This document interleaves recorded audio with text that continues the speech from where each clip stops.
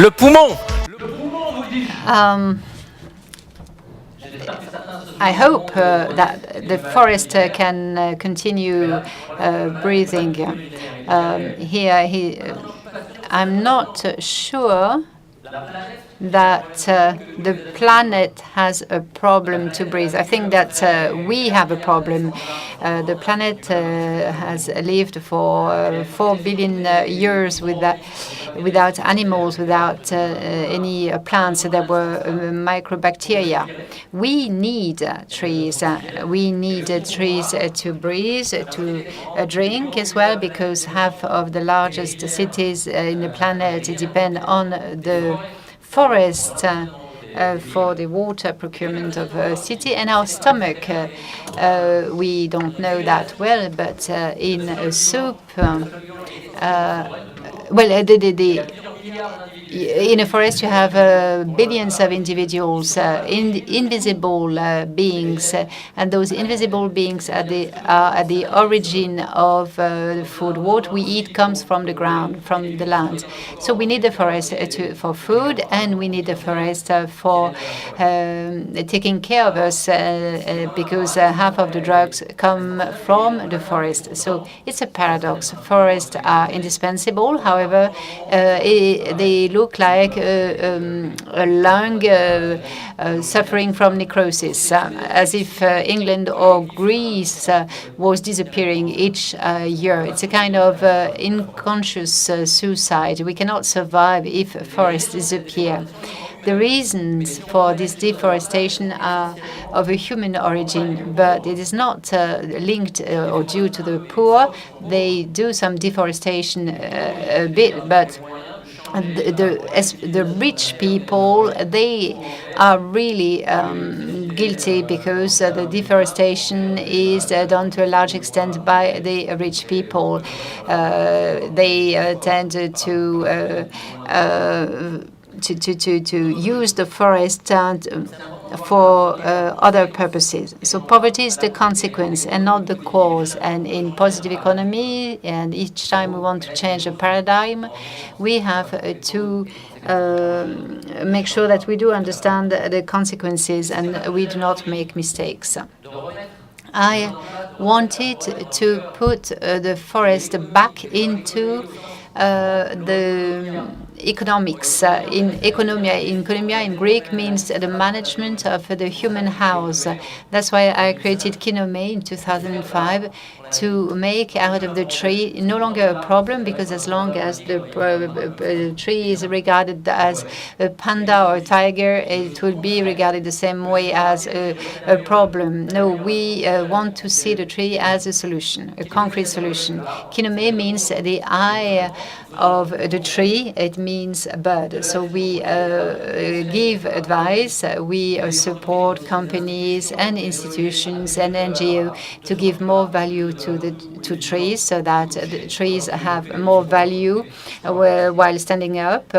And this will create eco villages with the United Nations Development Program, find new agreements, new ingredients, and once a project has been launched, either to cultivate or to protect forests, see how we can make sure that everything goes smoothly and is well integrated. And then we need some research work. We do not know forests that well. We depend on them, but we do not know them well. And we need some research work. So we work on microbiology of the land. We work with the CNRS. We've been working for 5 years now on that.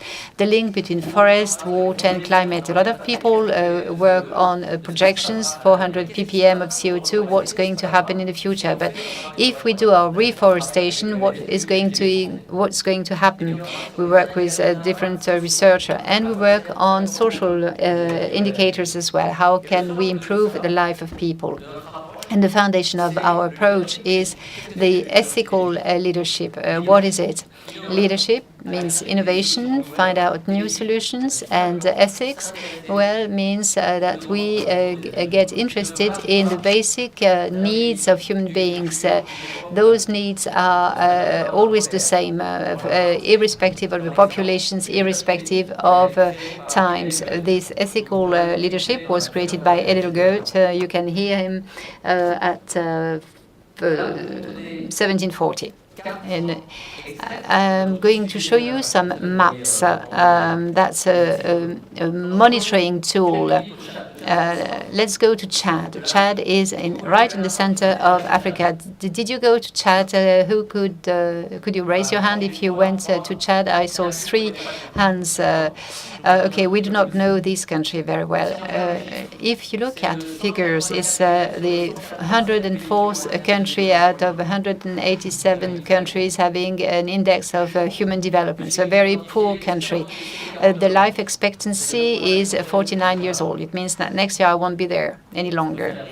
You might laugh at it, but this is a reality. 75% of illiterate people among young girls have 5 daughters. It means that I will have 4 daughters getting married when they are 12 or 14 years old. And so very, very poor country with a lot of desertification. You see, if you had been there a few years beforehand, the green line would have been in the middle of the screen. And if you go back in a few years' time, you will no longer see the green line. Most of the population lives on cattle. And then deforestation. It is forbidden to cut living trees. However, you see such trucks. Why? Because 80% of the consumption consumed below the Sahara is timber. And those trucks come, they give 100, 200 euros to the villagers, and they go back with a profit of 3,000 euros. And the consequences for the villagers because they burnt out 3 generations. This is very bad. This is a very pessimistic view. But what can we do? We can do a lot. We can remember our big brother. I hope that you're going to see the complete film by Luc Jacquet.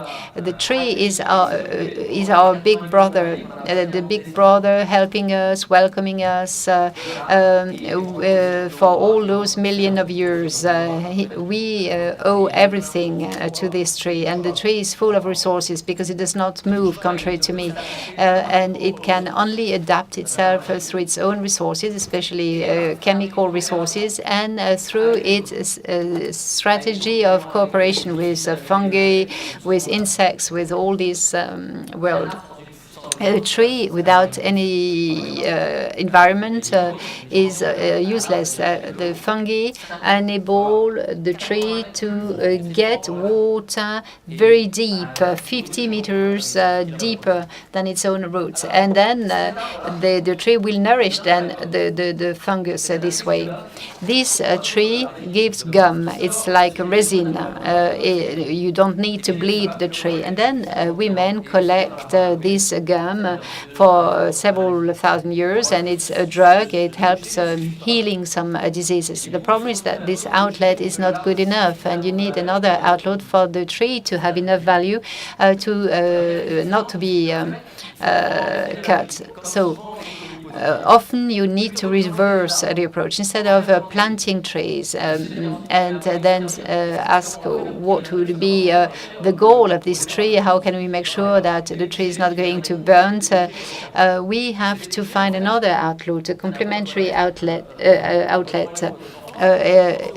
You should remember the Arabic gum. You have Arabic gum in a lot of products, in drugs, in chocolate bars, in sodas, in Coca-Cola. You've got emulsifying agents because you have a lot of physical and chemical properties in this gum. So we studied that with industrialists. We've been working for over 2 years with Danone, and we realized with their R&D and our R&D that this gum, which is a sophisticated sugar, protects the ferments put into milk and going right down into your intestine when you eat yogurt. And we increase sometimes by 1,000 the presence of ferments having an impact on your transit.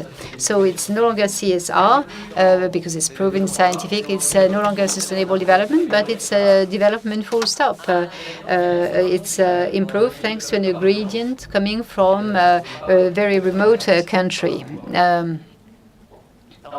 So this means that we have an additional outlet, but this is a virtual value because what happens in the field, and that's where the problem is, because usually we come along with an idea, a preconceived idea of what we have to do. Plant, keep, preserve, do agroforestry, carbon offset, but the forest is a territory, so it will depend on what people really need, and what is difficult is to have those needs emerging, and we always work with a local NGO, SOS Sahel in particular, and then we are going to see the population, and we discuss with them, see who is doing what on this territory. Often people say we don't use this piece of land, a plot of land, but it's not true. There is always a usage, but we might not see it at first sight. So we discuss with the heads of the villages, and then we go and see the women, the Shivas of Africa, with 1,000 arms, because they take care of the children, of the family, of villages. Women really are essential to the world, and they are the first to suffer from wars, from climatic changes, because often they are the last to eat at home. So they are wonderful, but they have a very difficult life. You see that here with the look of the child. Often they don't know what they're going to give to their children, how they are going to feed their children. But often they do not eat themselves. Here we are entering into the core of our expertise. What are the basic needs? Health, access to water, food, and care. Safety, physical safety. When you live in Darfur, it means something. Balance and well-being, be healthy, and the respect of the individual, social inclusion, irrespective of our nationality. We need to be included in social groups, and we need to have an overall approach, access to knowledge, and giving a sense to your meaning to your life. Be able to have a kind of self-fulfillment. How can trees help us? How can trees help us? You see the picture here. It's a woman in Togo. In our positioning, in what we are doing on a daily basis, we make sure that we have a better satisfaction of those basic needs. So back to Chad, with this project of Arabic gum, we say to Danone, you could buy this Arabic gum, you could buy this gum from Chad, Sudan, and the north of Cameroon. We go and see women and say, they say we need water. The donors say we're here not for water but for gum, but we have to insist and say women need water. This is absolutely essential for them. So we carried out pilot operations, and you'll see in the story it was the right solution. And then women say we need to develop our local economy. We depend too much on cattle and millet. So we needed to heat the pan for the millet. And then once the basic needs are covered, or maybe not all of them, but we can take care of this branch of this Arabic gum branch. the French Development Agency says, okay, I'm ready to dig some wells, and then the European Union says, okay, I say I'm interested in helping you as well, and so. And then women say, we do not want to depend on someone buying the gum at 1/3 of the price of the market just at the end of the month when you can no longer feed your child. And then women said, we would like to build this type of device you see here on the screen so that you can bring the Arabic gum to the markets. So they have such ideas. Once they no longer need to cover their basic needs. And then an agency said, we have a program to strengthen the commercial capacity. This time we can work on pilot projects. And we can work on the project, on the region, and on the whole country, and not only on the country, but on two countries, Chad and Sudan. Knowing that 500,000 families live on this Arabic gum and 3 million in Sudan.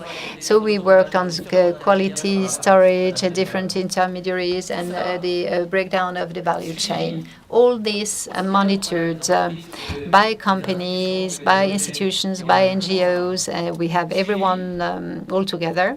And then this is monitored by a tool we have developed because we realized that projects of reforestation, very often you receive your carbon offset, your subsidies, but then all of a sudden there is no longer any money left because goats have been there eating the young trees, and so there is a lack of accountability. There was a lack of accountability, so you need to work on the results: number of trees planted, number of schools open, number of participants, but the impact as well. The impact is what is left in my hand once I have hit my hand. So what happens in terms of variation of living conditions afterwards? Whatever you're doing, whether it's positive economics or elsewhere, remember, impact, basic needs and impact. We created from scratch a tool combining a very sophisticated database.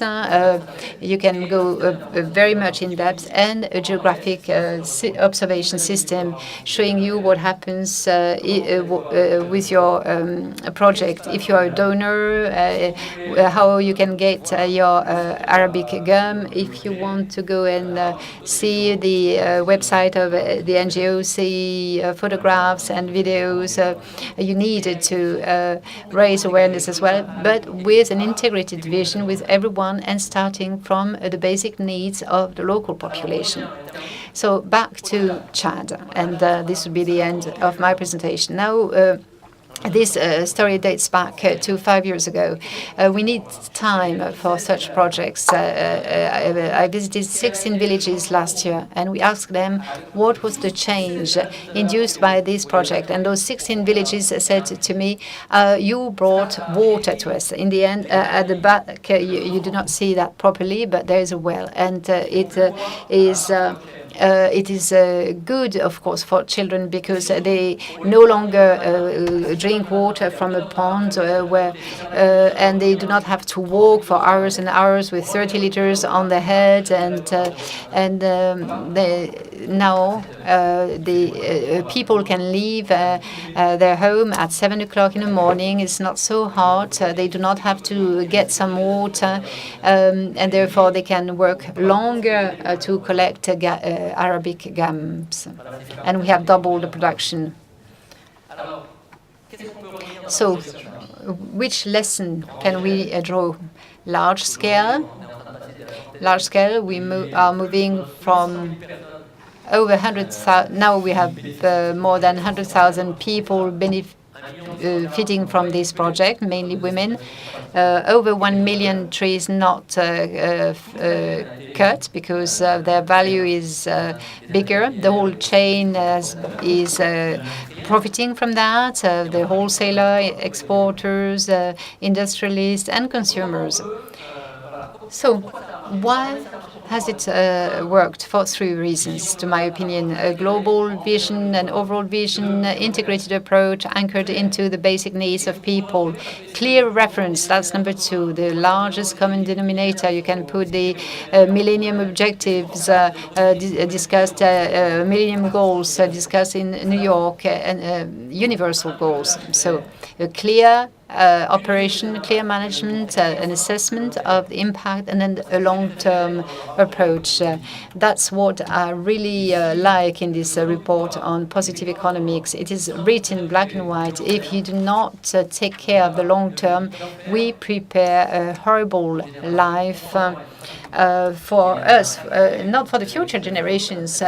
You've seen those photographs. Those women are really wonderful, but they live in a very, very poor environment. So we need a long-termism, and the tree is an excellent model. If you remember the film, The Seigneur des Anneaux, The Lord of the Rings, if you see those trees, a forest expert has invented the discount calculation because he wanted to know what would be the value of a tree that his grandchildren will get from the tree. So first, we need to take step to slow down, to go to the forest, to be able to to step back. That's the first step. The second step is to open your heart. That's how we can change paradigms. So open your heart is to see the reality of other people as well. If I was living in Chad, my life expectancy would be almost over now. In France, a lot of young people have no training, no job. What will come out of them if we do not do anything? So to open your heart allows you to be in action. Those young people, and if we protect nature, and with the people here in this room, we can change the world. We are all baobab trees. We are also Moabis, okay? The heroes of the film by Luc Jacquet. Thank you.